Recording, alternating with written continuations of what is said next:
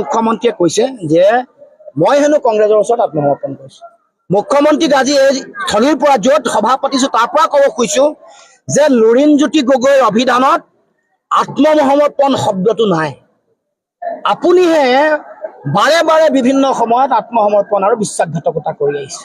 লুৰিণজ্যোতি গগৈয়ে বিগত সময়ছোৱাতো কাৰো ওচৰত আপোচ কৰা নাই, আত্মসমৰ্পণ কৰা নাই। আহি থাকিব লগা দিনসমূহতো যেতিয়ালৈকে জীয়াই থাকিম না কাৰোবাৰ ওচৰত আত্মসমৰ্পণ কৰিম, না কাৰোবাৰ ওচৰত আঁঠু ল'ম, না কাৰোবাৰ ওচৰত আপোচ কৰিম। স্পষ্ট কথা, আমি কংগ্ৰেছৰ কাষত সহৱস্থান কৰিছোঁ কেৱল মাত্ৰ জাতীয় স্বাৰ্থৰ কাৰণে যুঁজ দিবৰ কাৰণে। দেশৰ যিটো পৰিৱেশ পৰিস্থিতি, য'ত দেশত বাইপলাৰ মোড অফ ইলেকশ্যন চলিছে, ভোট বিভাজন ৰোধ কৰিবৰ কাৰণেহে আমি কেৱল মাত্ৰ সহৱস্থান কৰিছোঁ। সেইকাৰণে মুকলিমূৰীয়াকৈ ক'ব পাৰোঁ কংগ্ৰেছৰ লগত আমাৰ আদৰ্শৰ অমিল আছে, আমাৰ দৰ্শনৰ অমিল আছে। আমি আমাৰ চিন্তা, দৃষ্টিভংগী, আদৰ্শ আৰু দৰ্শন আমি নিজে আগবঢ়াই লৈ গৈও আমি বিজেপিক পৰাভূত কৰিবৰ কাৰণেহে তেওঁলোকৰ লগত থিয় হৈছোঁ।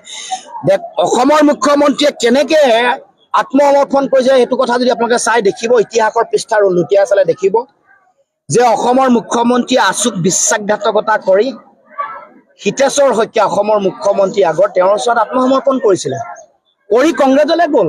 বহুদিন কংগ্ৰেছলৈ যাওঁতে তেওঁৰ যিটো অবৈধ বাংলাদেশ যিটো প্ৰীতি, অবৈধ বাংলাদেশী বা বিদেশী প্ৰীতি, সেইটো আমি দেখিবলৈ পাইছোঁ। কেনেকৈ কি কাম কৰিছিলে, কি নকৰিছিলে। তাৰপিছত তেওঁ যেতিয়া হাৰদা লুই বাজাৰ কেলেংকাৰী তদন্তৰ গতি এটা লাভ কৰিলে, তেওঁ জেল যোৱাৰ, তিহাৰ জেললৈ যোৱাৰ পৰিৱেশ আহিলে, তেওঁ তাৎক্ষণিকভাৱে আত্মসমৰ্পণ কৰিলে। তেওঁ বিজেপি, RSS, ৰাম মাধৱৰ ওপৰত আত্মসমৰ্পণ কৰি বিজেপিলৈ দৌৰি দৌৰি গ'ল। তাৰ পাছত তেওঁ বিশ্বাসঘাতকতা আচুক কৰিছে, আলফাক কৰিছে, তেওঁ প্ৰথম গুৰু বিহু ফুকনক কৰিছে, প্ৰফুল্ল মহন্তক বিশ্বাসঘাতকতা কৰিছে, হিতেশ্বৰ শইকীয়াক কৰিছে, তৰুণ গগৈক কৰিছে, সিদ্ধাৰ্থ গোস্বামীক কৰিছে, ৰাম মাধৱক কৰিছে আৰু সৰ্বানন্দ সোণোৱালক কৰিছে। এইটো কথা মানুহে দেখিবলৈ বাকী নাই। দ্বিতীয় কথা আৰু কেইটামান কথা, যদিও কথাবোৰ দীঘলীয়া হৈছে কৈ যাব খুজিছোঁ। 3টা কথা কৈছে।